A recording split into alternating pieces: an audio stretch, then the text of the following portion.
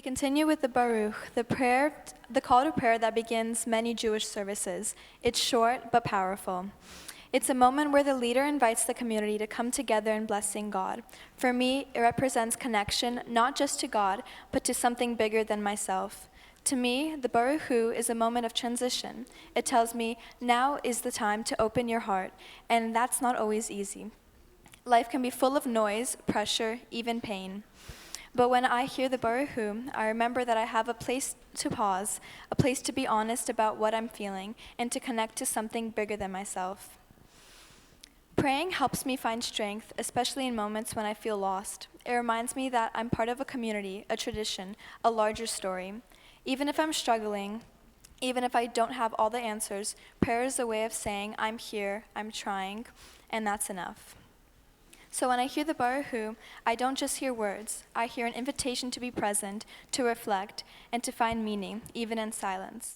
Shema means listen. In a world that's constantly rushing and full of distractions, the Shema gives me a moment to pause. When I recite it, I take a deep breath and let myself slow down. It's an opportunity to reflect, to be grateful, and to listen, not just with my ears, but with my heart. Growing up at Wise School, the rabbis taught us to slow down and think about the actual sounds of the Shema. We'd break it down into sh, and ah. Sh gives us a moment to stop and breathe. Lets us think about our lives and reflect, and awe lets us open our hearts and be grateful for what we have. I believe we should look at the world through that positive lens, always reflecting and opening our hearts to the gifts and the beauty of this world. Micha Mocha is a prayer about freedom. After God liberates the Israelites from Egypt, they celebrate their newfound freedom and new purpose. In society today, physical freedom is less of a worry, but many still struggle with freedom of speech, ideas, and lack of courage to take risks. Too many are held back by the beliefs and expectations of others, social norms, and what will make you feel more likable. Many hold themselves back from making choices which may lead to more popularity, but will most definitely cause regret and unhappiness in the long run. In an unselfish way, sometimes you have to think about yourself before others. In my life, freedom isn't just about physical liberation, but about my ability to make choices for myself and live with purpose undefined by anyone else. Micha Mocha reminds me that freedom is being your authentic self and trusting your values and morals to guide you down the path of personal success. Shabbat Shalom, everyone. The first time I felt a strong connection to God was at my bar mitzvah service. It was in October 2020, and standing with the ark behind me, I felt God's presence.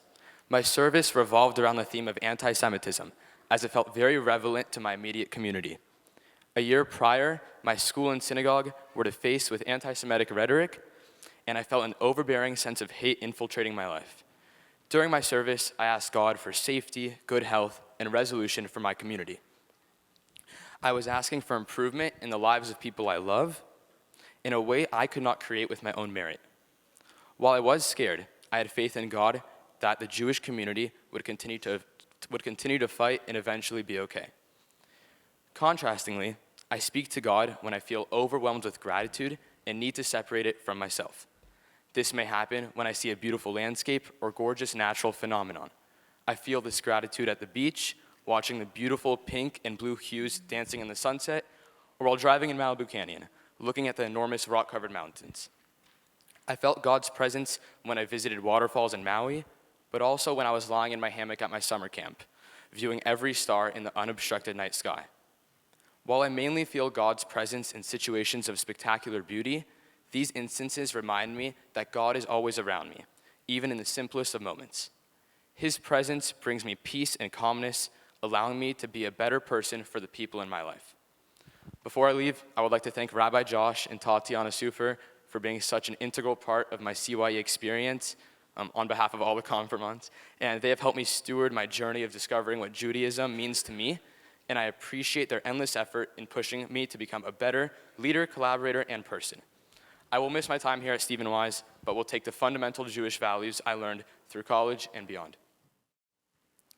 When I was younger, peace felt like something that had to be found outside of myself, through the approval of others or the comfort of fitting in. But as I've grown, I've learned that the most meaningful peace begins within. in the quiet strength it takes to accept who we are, even when the world around us hasn't caught up. As a Persian Jewish teen and a proud member of the queer community, I've carried both the weight of tradition and the beauty of self-discovery. There have been moments of pain, of misunderstanding and isolation, but also moments of courage, clarity, and immense amounts of joy. True peace, I believe, is not the absence of conflict, but rather the presence of growth, the power to move forward with grace, even when the path has been uneven. As we rise for the prayer of peace, I invite us all to reflect on where we've been, who we've become, and how we may carry peace with us into the world. Through my experiences in Wise Temple Youth, Camp Wise Summer and Sundays, and Let's Hakein, I have learned that being a part of a Jewish community means more than just attending events. It means showing up for one another, embracing our shared values, and growing together. Attending Camp Wise as both a camper and a counselor for several years, I have discovered what it means to be my true, authentic self and what it means to be a leader. As a camper, I watched my counselors in awe as they represented what it meant to be a true role model. And as a counselor, I have been able to emulate that same experience for my current campers. In both this program and Whitty, I have been able to develop my leadership skills as I've been given opportunities that pull me outside of my comfort zone, whether that is running a program or resolving a conflict. I was able to apply these leadership traits when participating in Let's Hakein, a program where Jewish students from around the country travel to DC to lobby on important topics like anti-Semitism and gun violence in their state representatives' offices. On this trip, I finally understood the power of using my voice to advocate for justice, a value deeply rooted in our tradition. While I have been able to be a leader in these settings, I have also had the chance to be in a place to do things that I love. I've been able to sit in this very sanctuary, singing songs rooted in my childhood with new campers every year. Around the corner, I've been able to engage in thoughtful text study and debate with Rabbi Josh and my fellow peers. In the next room, ZH, I've been able to partake in a Havdalah ceremony with friends who have now become my family. In this very space, I've been able to bring to life the value of oneg, doing mitzvot, and timeless rituals, thanks to these special programs that have ultimately shaped my perspective on Judaism. They have guided me in understanding that it is more than rituals and holidays, but it is about making meaningful connections, taking action, accepting responsibility, and overall belonging to something much greater than myself. These are lessons that I have carried with me every day, and lessons that I will continue to hold on to as I begin the next chapter of my life and am approached with new challenges. To the next generation of teens stepping into these same roles and spaces, I want to leave this blessing for you.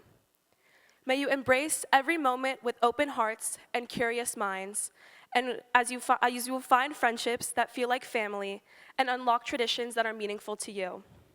May you know that you belong, that your voice and presence matter, and that your Jewish journey is a gift in this world.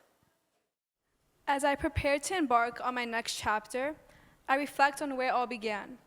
And for me, it began at Stephen Wise. I became a bar mitzvah here, and later a b'nai mitzvah Hebrew tutor, where I not only learned how to chant Torah, but how to teach it, explore its meaning, and pass it forward. Here I found my voice through prayer and through leadership. With that voice came a deep sense of responsibility, to stand with Israel, to keep memory alive, and to always seek the truth. At Wise, I learned the strength that comes from community, the courage that comes from knowledge, and the action that comes from love. These values are now part of who I am, woven into everything I do. As I step forward, I do so with pride, knowing that the light I have found here is one that I will carry into college and the world. I would like to take a moment to thank Tati, Rabbi Noble, and my Woody family. I'm truly grateful for all the memories we've made, the wisdom we've gained, and the bonds we've formed.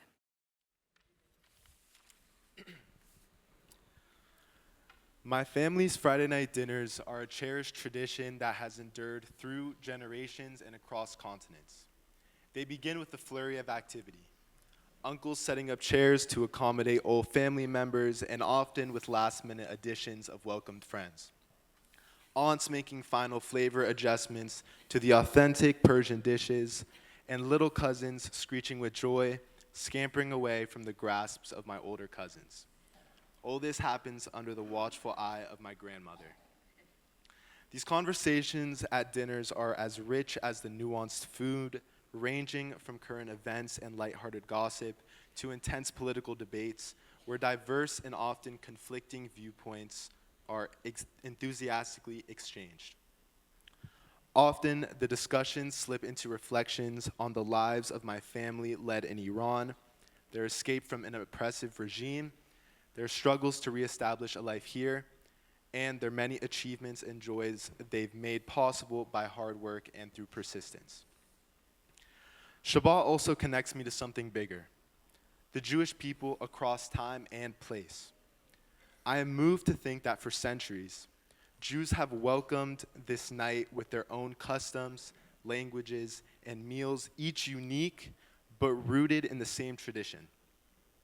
Jewish families like mine lighting candles, blessing bread, and making space for laughter, reflection, and rest. That sense of shared rhythm make me feel a part of a larger history and a precious heritage.